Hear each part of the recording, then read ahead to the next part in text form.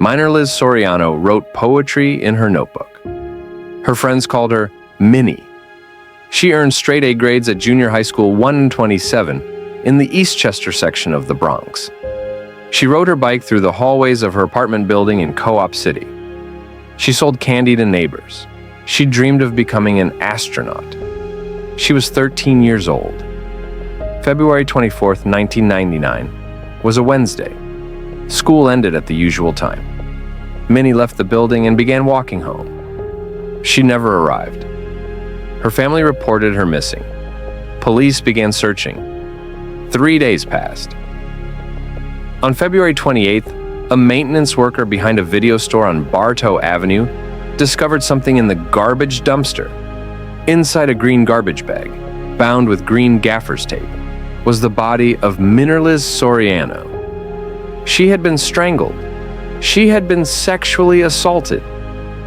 The Bronx Homicide Squad opened a full investigation. They interviewed residents of Co-op City. They collected evidence from the scene. They preserved a semen stain found on Minnie's sweatshirt. They questioned males in her apartment building, including a 27-year-old man named Joseph Martinez, who lived several floors below the Soriano family. He was not considered a suspect. The investigation continued for months, then years. The case went cold. Minnie's father, Luis Soriano Duran, moved to Texas. Her Aunt Amelia remained in New York. The family held on to her memory. They kept her photographs, they read her poems. One was titled Rainbow. It spoke of hope and color and a future that would never come. The neighborhood changed. The video store was demolished.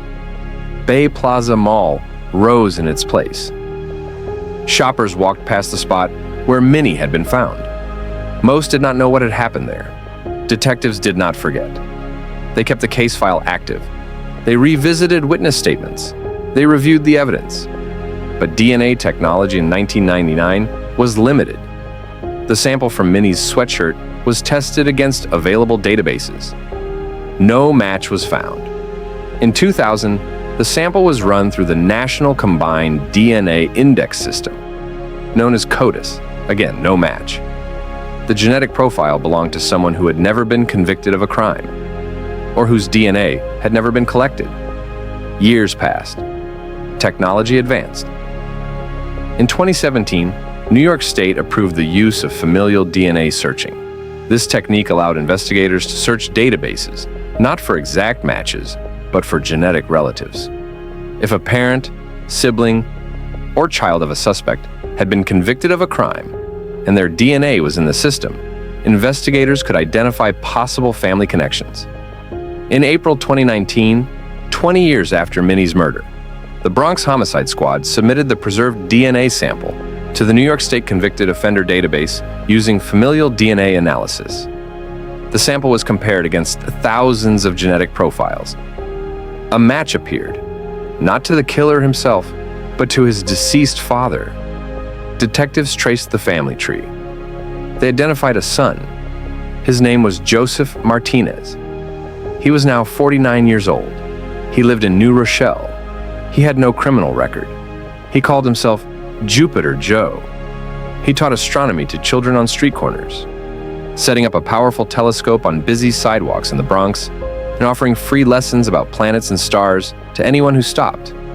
Detectives confirmed that in 1999, Martinez had lived in the same apartment building as Minnie Soriano.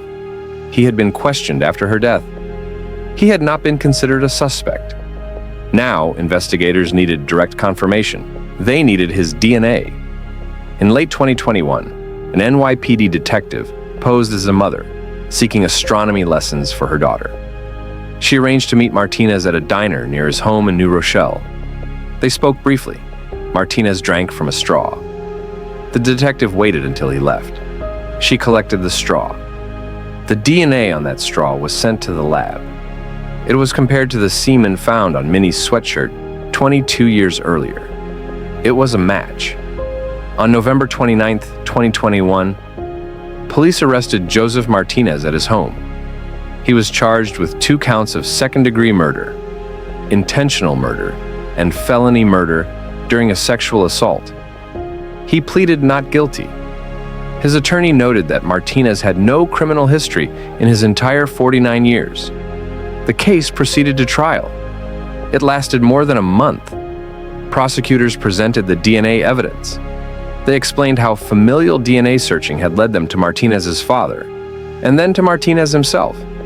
They showed jurors how the straw from the diner had provided the final confirmation. On November 14, 2025, 26 years after Minnie's death, a Bronx jury returned a verdict: guilty on both counts.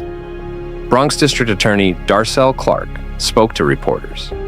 She said it was the first case in New York City solved using familial DNA. She praised the detectives who never gave up. She acknowledged the victim's family. Minnie's father, Luis Soriano Duran, had waited more than 2 decades for this moment. He said he felt happiness that justice was working, but also sadness because it had taken so long. Minnie's Aunt Amelia had one question. She wanted to know why. Why had Martinez killed a child he barely knew? Why had he treated her body with such disregard? No answer was given. Joseph Martinez faces 25 years to life in prison. His sentencing is scheduled for January 8, 2026. The girl who dreamed of stars will remain 13 forever. But her case helped establish a new tool in criminal investigation, one that would reach back through time to solve crimes that had seemed unsolvable. Rita Curran was 24 years old. She taught 2nd grade at Milton Elementary School. She was taking graduate courses at the University of Vermont. She worked summer shifts as a maid at a local motel. In the summer of 1971, she moved out of her parents' home for the first time. She rented a room in an apartment on Brooks Avenue in Burlington with 3 other young women she did not know well. It was the first taste of independence. She sang in a barbershop quartet. She wrote letters home. She attended Mass with her family. She was building a life. On the evening of July 19, 1971, Rita came home from quartet practice. Her roommates were out. Rita went to bed in the room she shared with one of them. In the early morning hours of July 20th, a roommate returned to the apartment. She found Rita's body in their shared bedroom. Rita had been beaten. Her skull was fractured. She had been sexually assaulted. She had been asphyxiated. The police report noted evidence of a fierce struggle. Rita had fought her attacker with everything she had. Burlington police arrived. It was a small city. Violent crime was rare. This level of brutality was almost unheard of. Patrick Leahy, then the state's attorney of Chittenden County, would later say he had seen many gruesome crimes during his time as prosecutor. But Rita Curran's case stayed in his thoughts for years. Detectives collected evidence. They found a cigarette butt near Rita's arm. They photographed the scene. They interviewed neighbors. They wore gloves while handling evidence, a practice not yet standard in 1971. They preserved everything carefully. The investigation focused on the apartment building. Detectives questioned residents. 2 floors above Rita's apartment lived a married couple, William DeRoos, 31, and his wife, Michelle. They had been married for only 2 weeks. When questioned, both said they had been together all night. They had not seen or heard anything. Police had no leads, no witnesses, no clear suspect. They pursued every angle. They collected DNA samples from potential suspects, though DNA technology was in its infancy. The samples were stored. The case remained open. Time passed. Months became years. Years became decades. In 1989, investigators briefly considered Ted Bundy as a possible suspect. Bundy had been in Burlington in 1971, seeking information about his birth. One detective questioned him about the Curran case. On January 26, 1989, the eve of his execution, Bundy denied any involvement. Investigators believed him.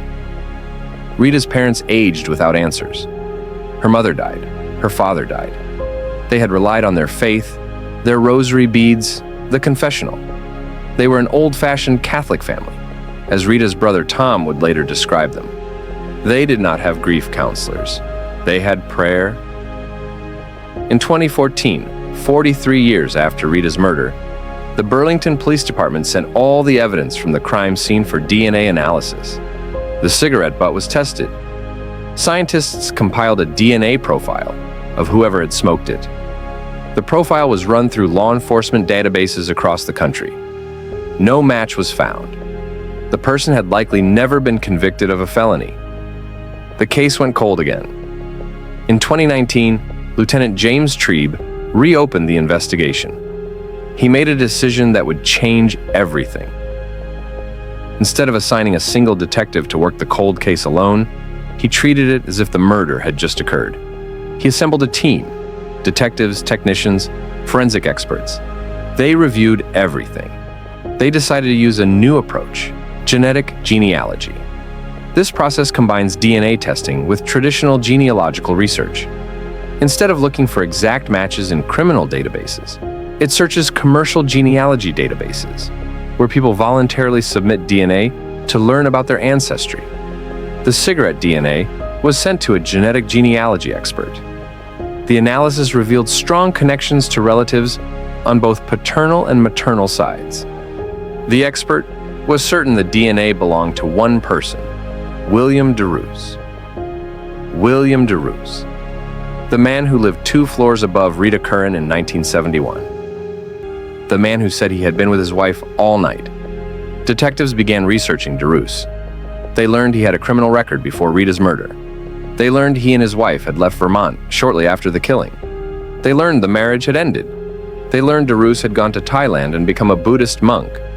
He later returned to the United States. In 1974, he remarried in San Francisco. That wife told police he was violent. On one occasion, while talking with a female friend, DeRoos had suddenly pulled out a pocket knife and stabbed the woman in the abdomen for no apparent reason. He was arrested. The woman survived. In 1973, DeRoos assaulted an elderly woman in Schenectady, attacking her with a hatchet. He was convicted. He served time in prison. He was released in 1980. After that, he dropped off the radar. In 1986, William DeRoos died of a drug overdose in a San Francisco hotel. He was 54 years old. Investigators needed confirmation. They found a living half-brother of DeRoos. He agreed to provide a DNA sample. The sample bolstered the conclusion that the cigarette DNA belonged to DeRoos. Then, investigators tested another piece of evidence: the DNA left on Rita's torn housecoat. It matched the DNA on the cigarette butt. The case was solved, but the killer was dead. Detectives re-interviewed DeRoos's first wife, Michelle, who now lived in Oregon and had changed her name. She admitted she had lied in 1971. Her husband had left their apartment on the night of the murder. He told her he needed to cool down after an argument. He was gone for approximately 70 minutes. When he returned, he warned her not to tell police he had left, saying his criminal record would make him a suspect. Detective Thomas Chanette, who conducted the interview, said he did not believe she knew her husband had killed Rita. She had been protecting him because they were newlyweds, and she was in love and scared. On February 21, 2023, Burlington police held a press conference. Acting Chief John Murad announced the case was solved. He said the day was filled with mixed emotions: relief, pride, gratitude. He acknowledged the Blackburn family's ordeal over more than half a century. Rita's brother Tom attended the press conference. He was now in his 70s.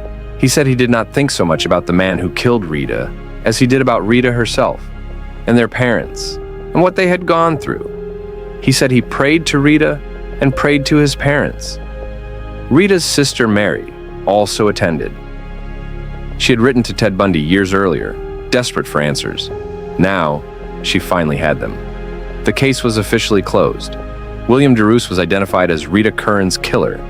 Because he was dead, he could not be prosecuted. But the truth was known. The family had answers. Rita Curran, who had just begun living on her own, who sang in a quartet, who taught second graders, was 24 when she died.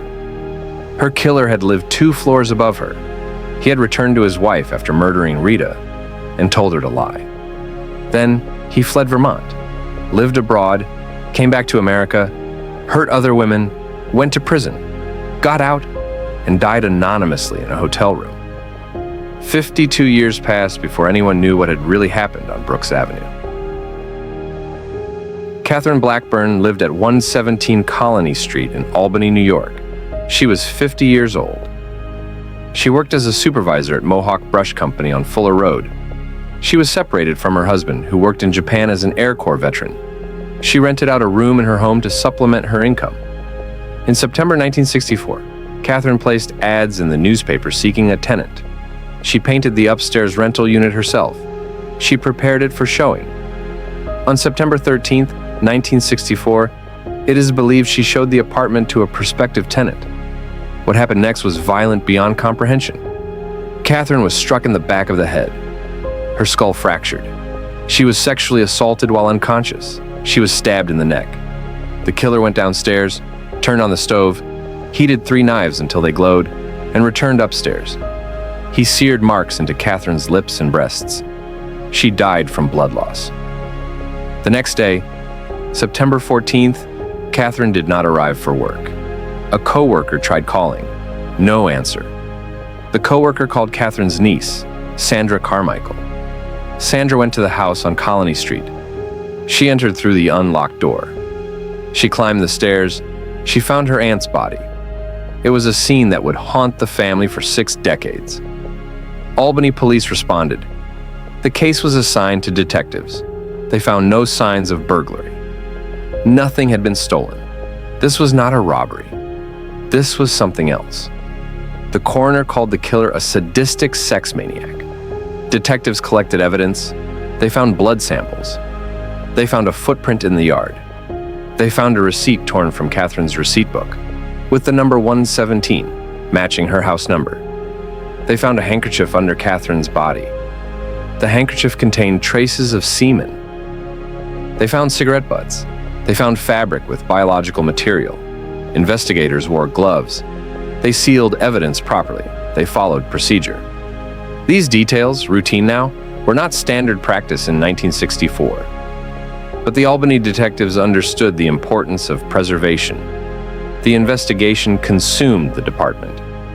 More than 1,000 people attended Catherine's funeral mass at St. Joseph's Church.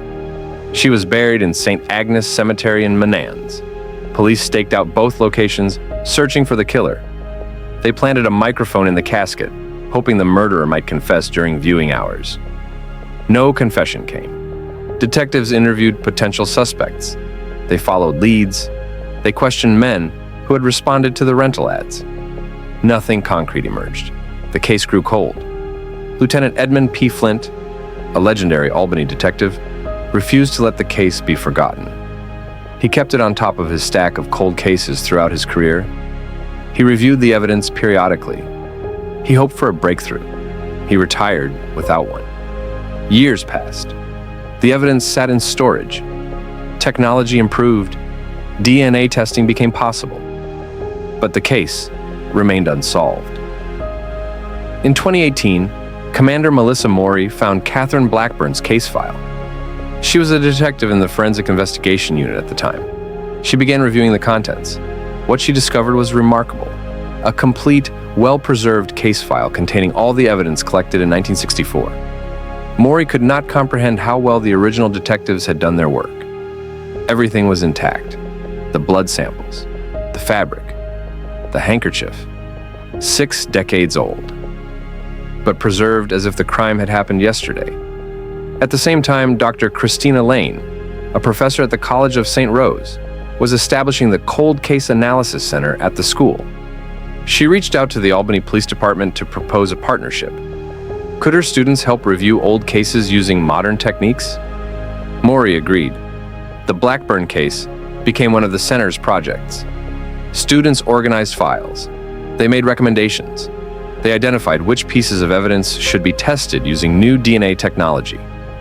The handkerchief was sent to Othram, a Texas-based lab specializing in forensic genetic genealogy. The lab used a wet vacuuming system designed to lift DNA from porous surfaces. Scientists built a DNA profile.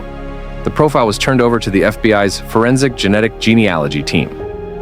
The FBI team compared the profile against genealogy databases. They found genetic matches to relatives. They built a family tree. All roads led to one name: Joseph Stanley Nowakowski. Joseph Nowakowski was born on August 10, 1931.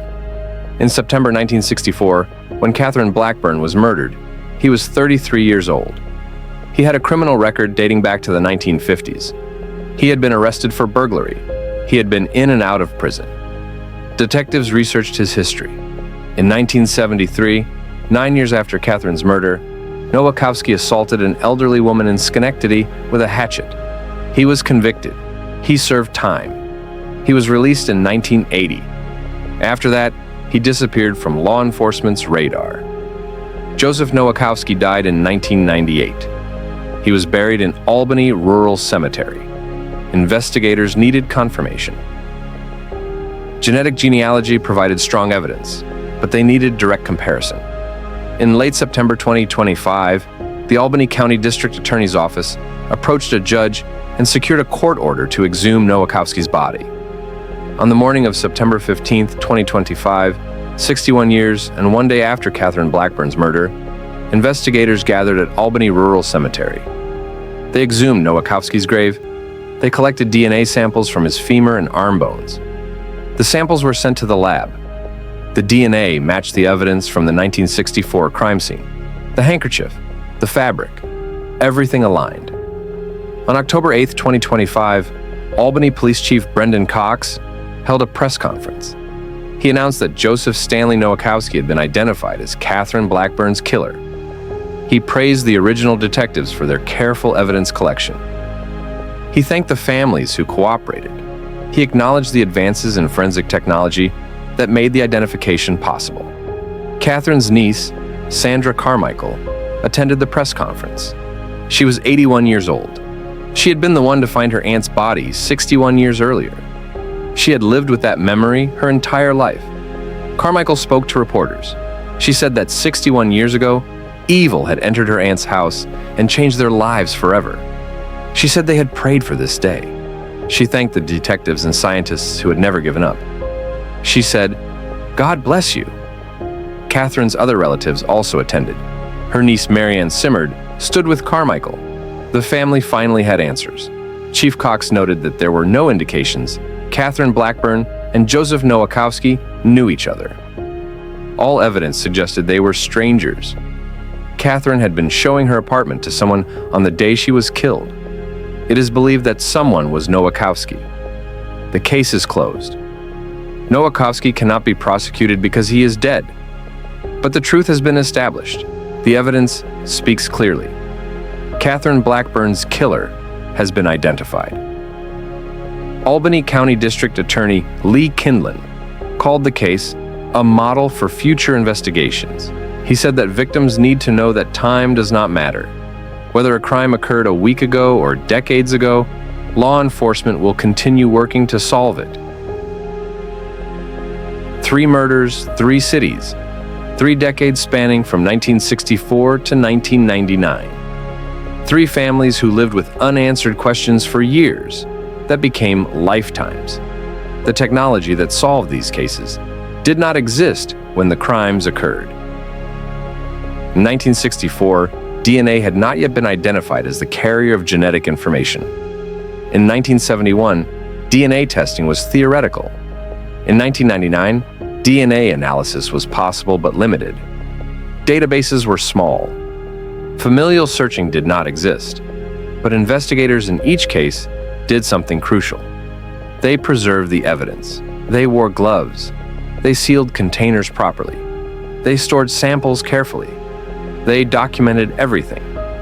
They followed procedure, even when procedure seemed insufficient. Those decisions mattered. The cigarette butt from 1971, the handkerchief from 1964, the sweatshirt from 1999. Each item waited in storage for technology to catch up. When genetic genealogy emerged in the 2010s, it transformed cold case investigation. The technique combines DNA profiling with genealogical research, searching not for exact matches but for family connections. It uses commercial databases, where people voluntarily submit DNA to learn about their ancestry. It builds family trees, It identifies potential suspects through their relatives.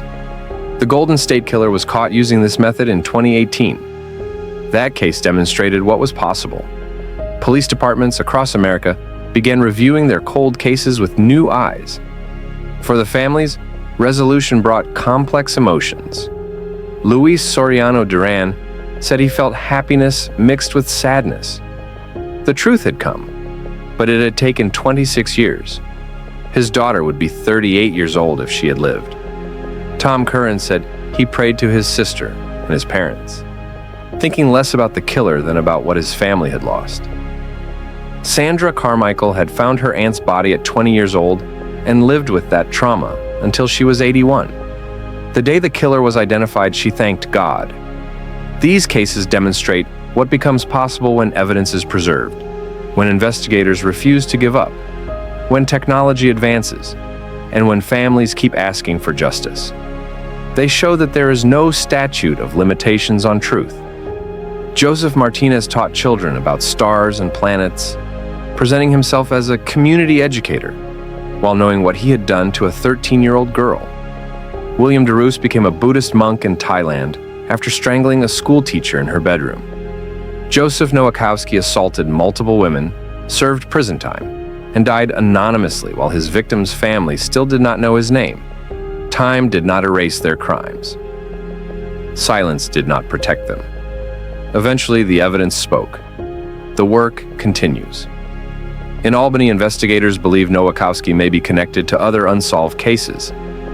DNA databases grow larger each year. More families wait for answers. More cold cases sit in storage rooms, their evidence carefully preserved by detectives who understood that someday, somehow, the truth might be discoverable.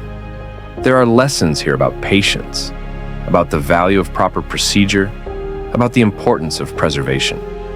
There are lessons about the power of scientific advancement to reach back through time.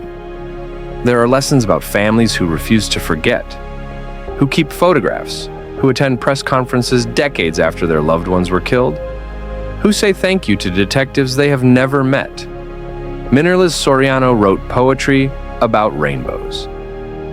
Rita Curran sang in a quartet. Catherine Blackburn painted her rental apartment. They were living their lives, making plans, moving forward. Then someone took those futures away, but their cases were not forgotten. Their evidence was not discarded, and eventually, the truth emerged from the careful preservation of what others might have thrown away. The stories continue. More cases are being reviewed. More evidence is being tested. More families are being called with news they have waited years to hear. The technology improves. The databases expand. The work does not stop. For those interested in understanding how modern forensic science is transforming criminal investigation, how cold cases are being reopened, and how families finally receive answers after decades of silence. These three cases serve as examples of what becomes possible when procedure meets persistence meets progress. The truth, it turns out, has no expiration date. It simply waits to be found.